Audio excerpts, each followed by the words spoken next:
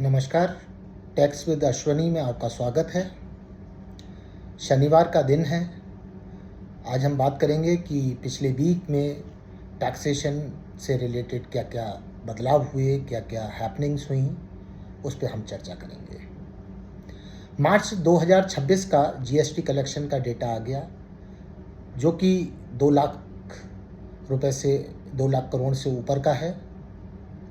ये डिपार्टमेंट के लिए बड़ी अच्छी बात है। पहली बार मंथली कलेक्शन 2 लाख करोड़ से ऊपर का गया है और इसका मुख्य श्रेय स्ट्रिक्ट कंप्लायंस को जाता है। जिस तरीके से डिपार्टमेंट स्ट्रिक्ट कंप्लायंस की ओर बढ़ रहा है, जीएसटी का कलेक्शन बढ़ता जा रहा है। दूसरा, जैसा कि आप सबको पता है कि 1 अप्रैल 2026 से नया इनकम टैक्स एक्ट 2025 लागू हो गया है। हम इस वक्त ट्रांजिट पीरियड में हैं और एक पुराने एक्ट से नए एक्ट की तरफ बढ़ रहे हैं। नए एक्ट में 3 चीज़ों का बहुत अधिक ध्यान रखा गया है: computerization, compliances and correlation of data from different department. इन 3 बिंदुओं पे आधारित रहेगा और लोगों को बहुत समझने की ज़रूरत पड़ेगी और इसके साथ ही आपको कंप्लायंस पे बहुत ज़्यादा ध्यान देना पड़ेगा। 1961 का जो एक्ट था, बहुत सारे लोग आज भी उस एक्ट को नहीं समझ पा रहे थे, आज भी उसकी कंप्लायंस उसके आधार पे नहीं कर पा रहे थे। नया एक्ट आने से होगा क्या कि जो बहुत सारे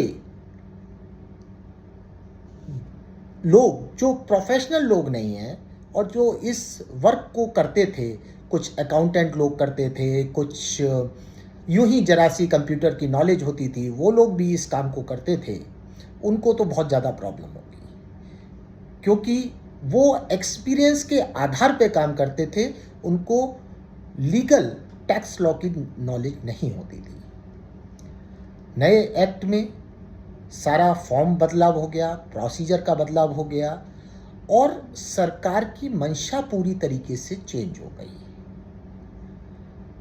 तो जो लोग प्रॉपर अपनी रिटर्न्स भरते हैं, प्रॉपर टैक्स सिस्टम के बारे में समझते हैं, उन्हें बहुत ध्यान रखने की ज़रूरत है कि वो सारी नई चीज़ों को समझते हुए अपने टैक्स दायित्वों का डिस्चार्ज करें। तीसरी एक चीज़ बहुत अधिक इम्पॉर्टेंट जो न्यूज़ के माध्यम से आ रही है कि इनकम टैक्स डिपार्टमेंट के जो कर्मचारी और अधिकारीगण हैं, वो बहुत अधिक अपने आप को ओवरबर्डन समझ रहे हैं। उनके ऊपर बहुत ज़्यादा वर्क प्रेशर है और इस वजह से वो टाइमली अपनी चीज़ों को पूरा नहीं कर पा रहे हैं। ऐसी न्यूज़ बाहर आ रही हैं।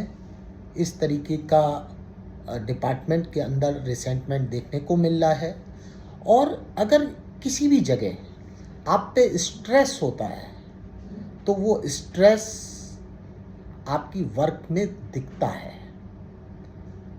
लोगों को अपनी कंप्लायंस इस तरीके से करनी चाहिए कि एक स्ट्रेस का माहौल अधिकारियों के ऊपर ना पड़े।